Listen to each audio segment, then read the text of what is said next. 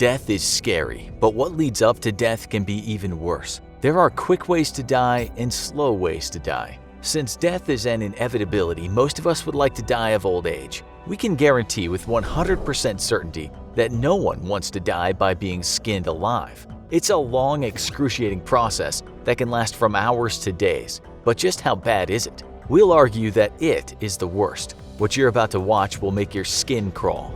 Being skinned alive or flayed was a punishment used all around the world in the past. Records from around 900 BC recount the flaying of prisoners by Assyrian kings. Skinning people alive was used by the ancient Chinese, as well as the Aztecs of Mesoamerica. It was also used as a torture method in medieval Europe, so flaying has made its way around the world. But what if someone were to be skinned alive? What would it be like? What could they expect? How would they actually die? Some of these answers might surprise you, others you'll find hard to stomach.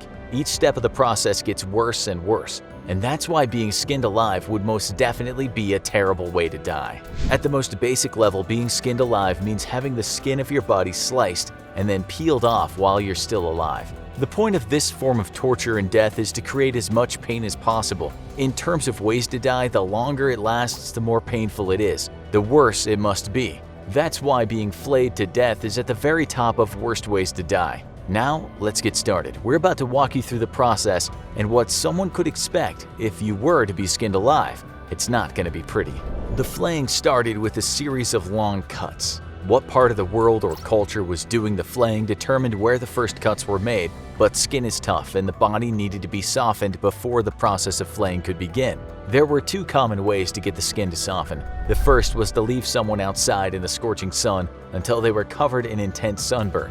This caused the skin to swell and made it easier to cut through. The second way that the skin was prepared to be flayed was by placing someone in a vat of boiling water. As the person screamed in agony from the searing pain of being burned alive, the skin would swell and soften, making it easier for the torture to make precise incisions. So before being skinned alive, the victim would already be in excruciating pain from the preparation process. Now comes the really messed up part. You won't believe how horrifying this is going to be.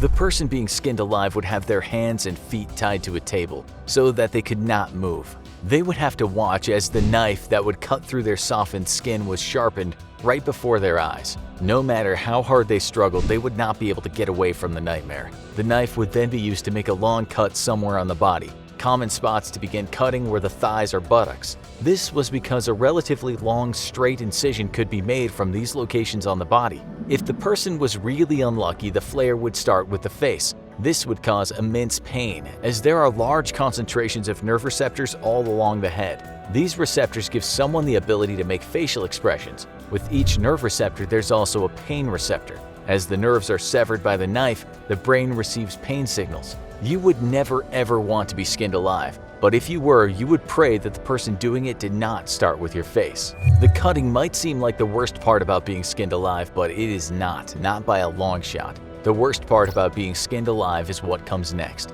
The goal of the flayer is to keep as much skin intact as possible.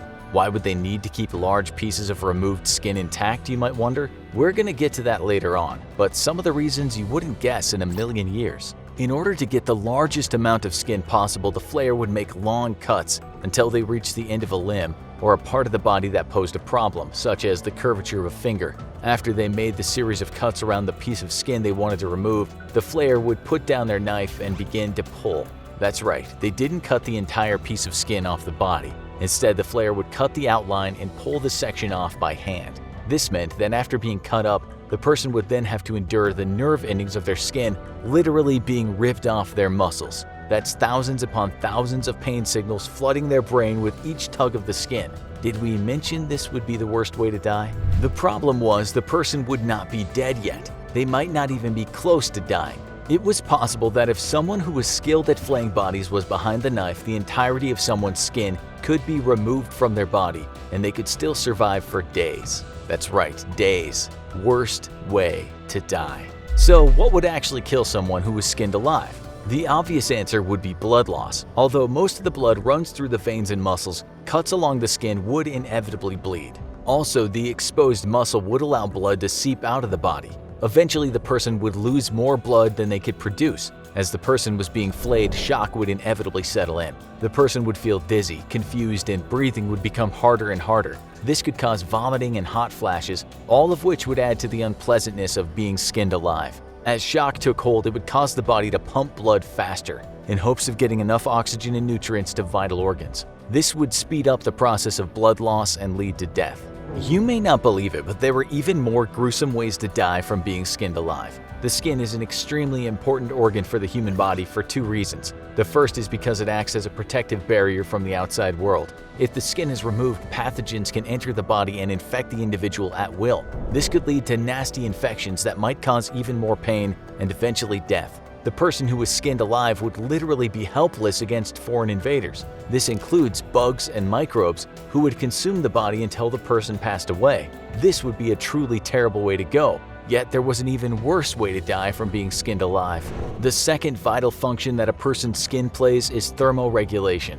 In simpler terms, this means a person's skin helps maintain a certain body temperature. Skin is especially useful for keeping the body warm. When the skin was removed from someone's body, they would instantly feel a chill as the warmth from their blood and muscles escaped into the air. Then, as if being skinned alive and bleeding everywhere wasn't bad enough, the person would begin to freeze to death. If someone was super unlucky and did not die from blood loss or infection, they might have to wait skinless for days for hypothermia to set in and eventually freeze to death. That pretty much sums up why being skinned alive would be the worst way to die. But before you go, we want to leave you with a couple more terrifying facts. We know you're wondering what might happen to someone's skin after they're flayed.